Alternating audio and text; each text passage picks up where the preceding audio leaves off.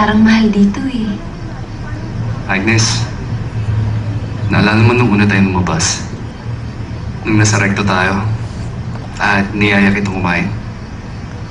Oo. Pinakain mo pa nga ako na nantok neneng eh.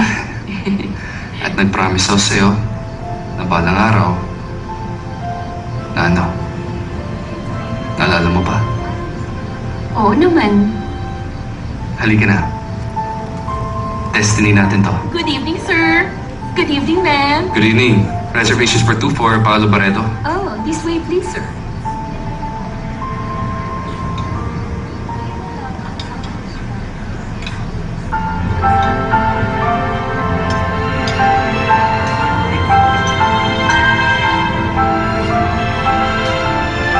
Kaya na rin kita dinala dito.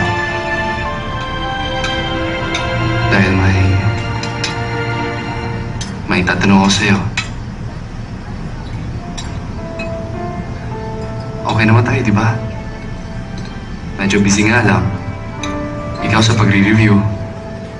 Ako sa bago kong trabaho. Pero sa tingin ko, okay naman tayo. Ano ba kasi yung tanong mo? Mahal mo ba ako? Bakit mo naman sa akin tinatanong yan? Kasi mahal kita.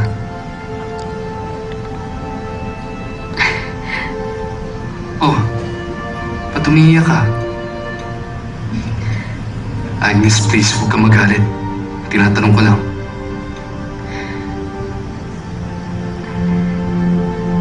Hindi naman ako nagagalit eh.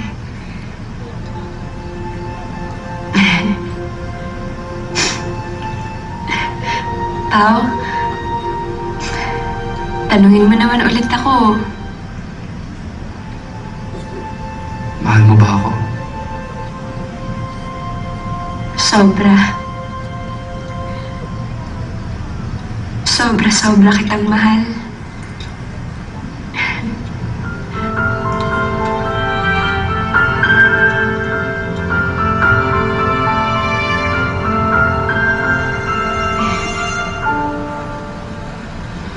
Anong pag-uusapan natin?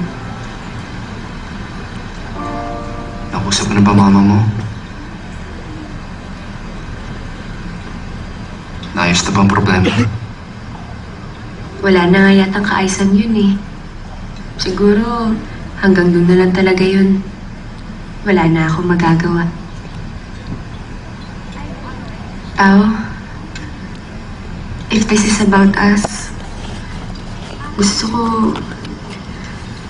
ko malaman mo na okay lang sa akin yun. Inamin mo naman na ikaw yung may kasalanan, di ba? Kaya pinapatawad na kita. Ayoko nang pag-usapan pa natin yun. Let's just move on. Kalimutan na lang natin na may nangyaring ganun. Hindi pwedeng ganun na. Sa mga magulang ni Johnny tong townhouse.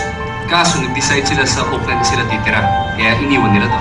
Si John naman, inaya akong makishare sa kanya dito kasi malaki at mag-isa lang siya. Sa taas may spare room. Kaya pati si Wally, inaya ko sumama sa amin. Ewan ko tingin ko mas mabuti to para sa akin. Mas malapit sa trabaho ko. At may garahe. Kung sakali man itutuloy ko yung kotse. Bibilin mo pa rin yung sasakyan? Kaya pa ba yun ang budget mo?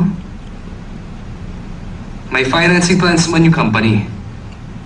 Tsaka Agnes, ang laki ng pera na inakit ko para sa Platinum Lands.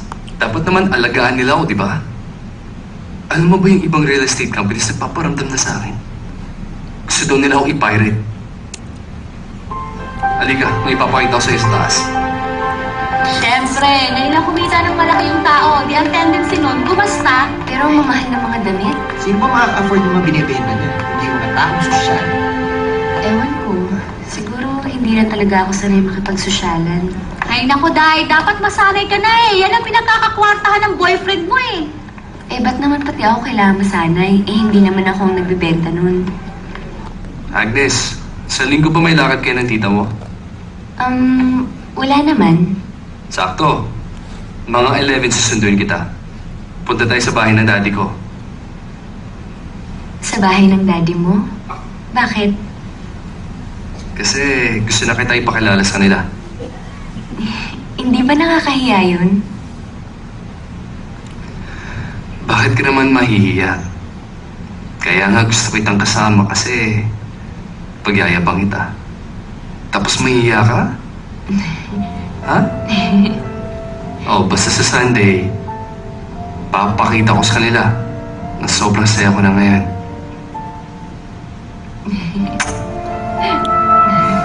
Oh, Paolo, ang dami-dami mo namang dala. Cake lang ho. Paborito niyo, chocolate cake. Salamat. Sa Bali Verde mo ba nakuha yan? Oh, Dad. Tita Mia. Si Agnes. Good morning ho. Good morning. Hi. Hello. Pao, ang dami mo. Bakit siya pa pinagdala mo niyan? Halika, pumasok ka. Halika. Sige, sige. Saan mo pwedeng ilagay ito? Akin na. Ako nang bahala. Sige, Dad. Halika Dahil kayo. tulungan mo ako. Oh, Dad. Last month nakabenta ko ng 4 na units. Isang 2-bedroom, isang studio type, at isang 3-bedroom. Oh, paano mo ginawa yun, kuya? May style dyan, may strategy, technique. Kuya, Wow! magkano kinita ng sales mo sa condo? Oy, hindi na mahalaga kung magkano ang kinikita mo. Ang importante yung nakakapag-ipon ka. Oo naman, Dad. Plan ko late next year, bibili ako sarili kong unit. Baka townhouse para mas maganda. O yan ha, nasagot na ito Okay. mo.